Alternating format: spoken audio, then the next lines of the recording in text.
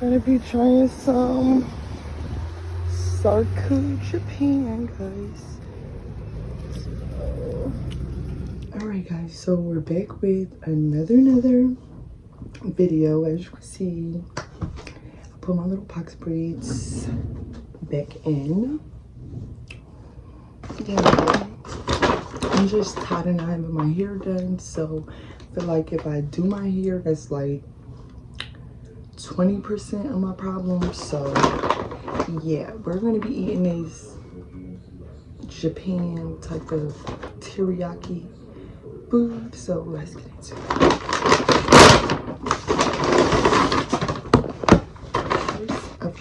Of course, we got our bottle of water.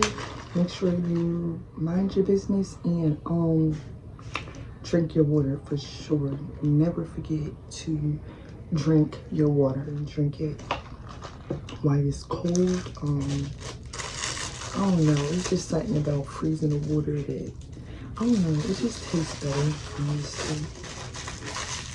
Let's see, this is what it looks like. It's called like Sarku Japan. Sarku Japan.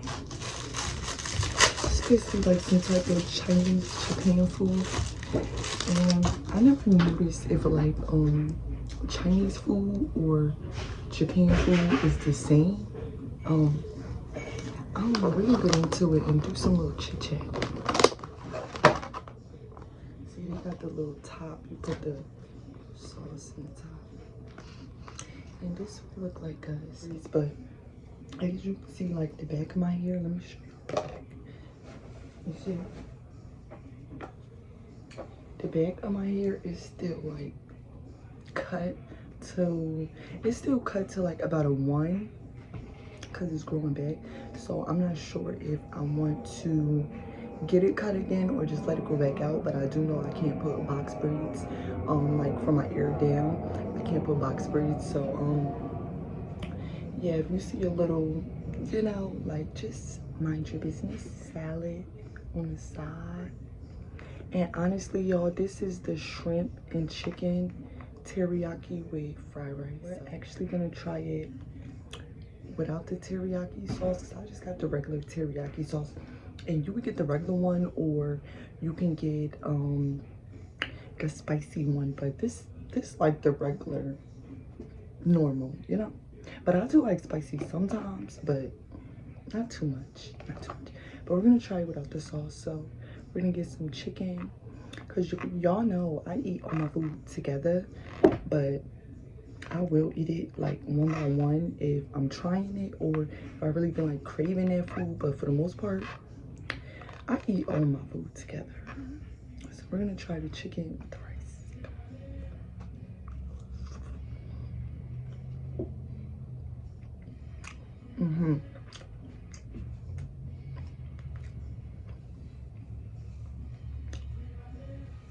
It's definitely good without the teriyaki sauce. And now we're gonna try a shrimp with the rice and a little bit of chicken.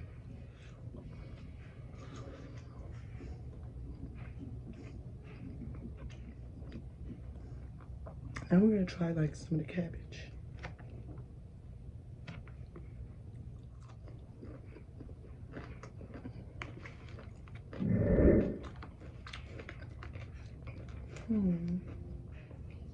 That was good, but yeah, we definitely gonna put some of the teriyaki sauce on it.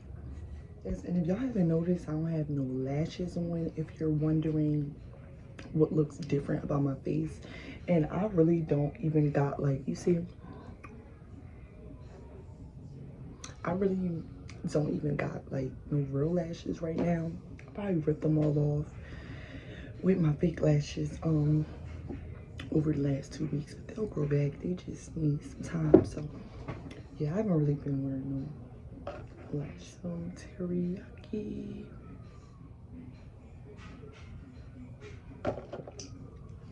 Alright, then we're kind of like just going to mix it all up. And this is actually a good size bowl, guys. And honestly, where I got this from, it's like,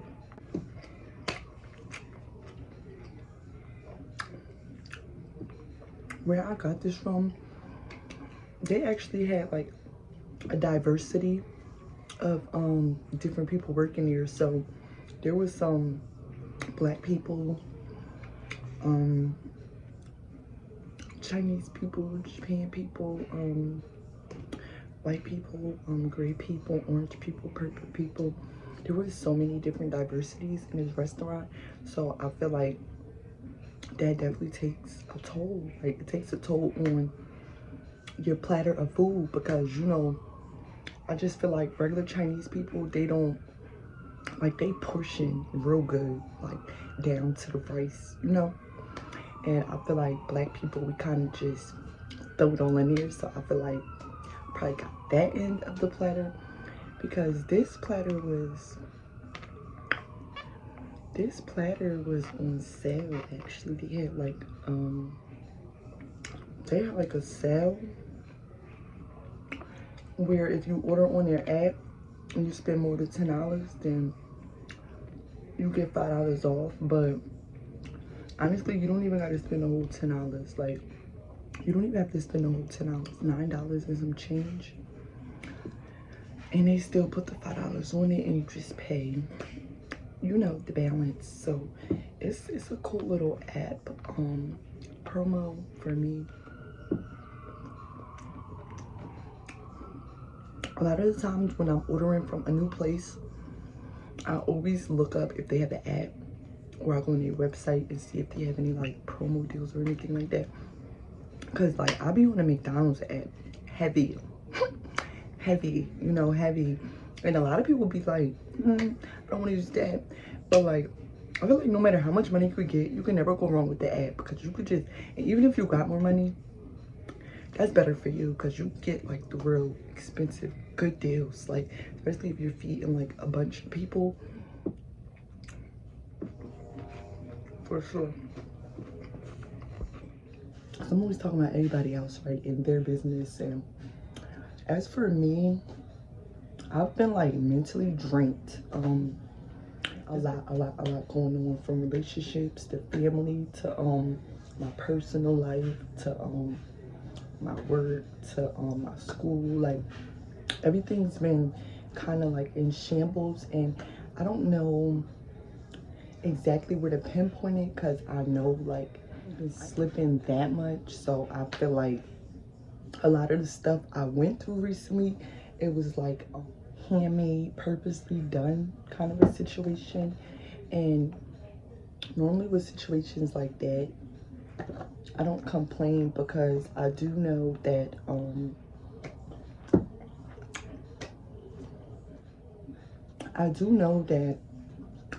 my faith level is like out of this world, like out of this world. I know that I'm blessed, and like I just don't go through trials and tribulations. So when I go through them, I know that it's like being purposely done. And I don't blame even the people that fall victim, because if you knew better, you do better. You know, if you knew better, you would do better. And it just gets to a point where it's like everybody has to take accountability for their actions, decisions they choose to make in their life that affects other people.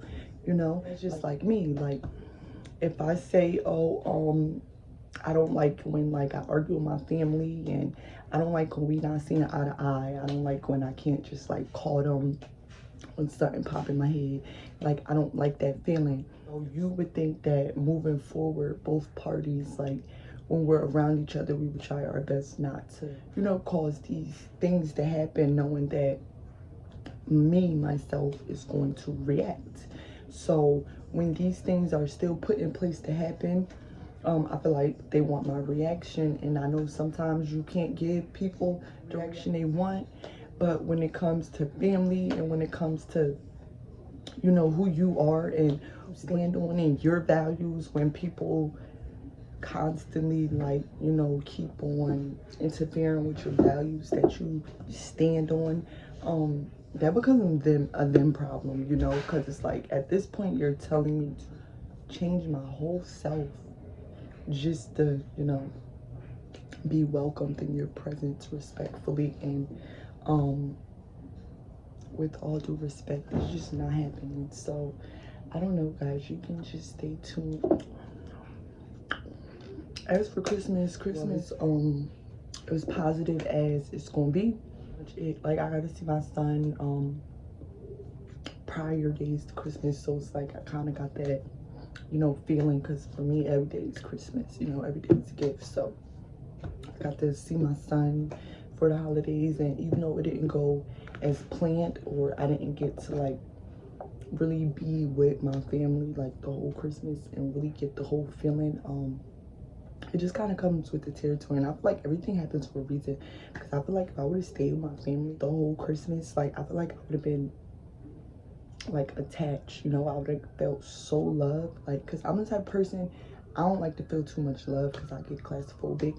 I start to think the worst of the situation, so I start to prep for the worst, like, you know. So every good situation, I kind of prep myself and grieve as if it went bad, so that when it goes bad, I don't have to feel it right then and then. So I kind of feel it beforehand, and I don't know if that's good or bad, but I know it works for me, because, you know, to every good there's a bad. So even when it's good, I think of the bad, and when it's bad, I think of the good, and that kind of just gets me by, guys. Like, it gets me by, and it gets me by. And I feel like a lot of people don't like that I be kind of like floating through life, and I'm not complaining, and I'm not like crying my eyes out every day, like every day. And it's like I'll go through like those dark days. Like, sometimes I need a week, sometimes I need 2 weeks, sometimes I need a month. But I do know eventually, like, I'm gonna snap out of it, and I'm gonna do what needs to be done so I can get to where I need to be. And that just goes for anything, guys. That just goes for anything. And I know I ain't been like posting too much, or I haven't been too focused on YouTube, but as I told y'all, if you got me on Instagram, whatever, it's been a lot going on in my real life. So I just been trying to get everything copacetic and make sure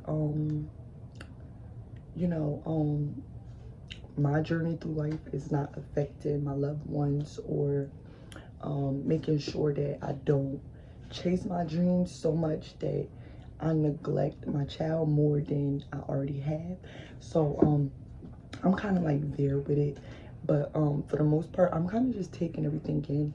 And that's crazy, because it's like I'm about to be 30 in 2 years. So I don't know, that's been on my mind heavy, you know.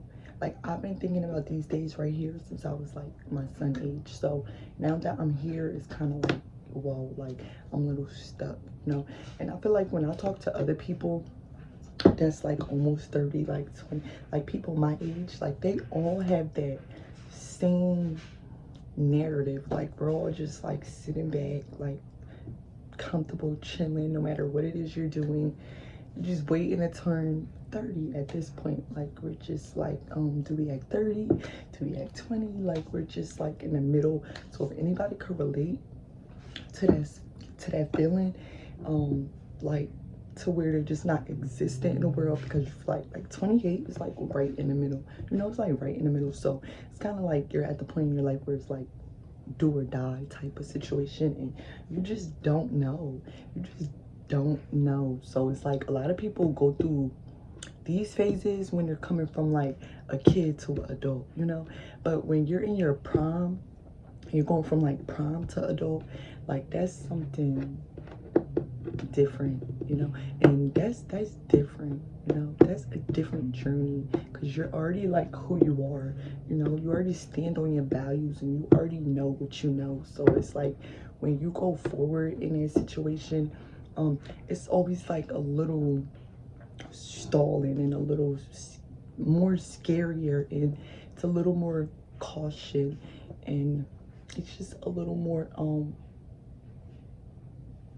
you know, just a little more tricky. Like, the game is definitely tricky for people that's already almost 30, because like you gotta prove that you're even worth like going to eternity at this point. Because it's like when you're a kid, like, you just gotta prove that you'll be a stable adult, you know. Like, but when you're adult now, you have to prove that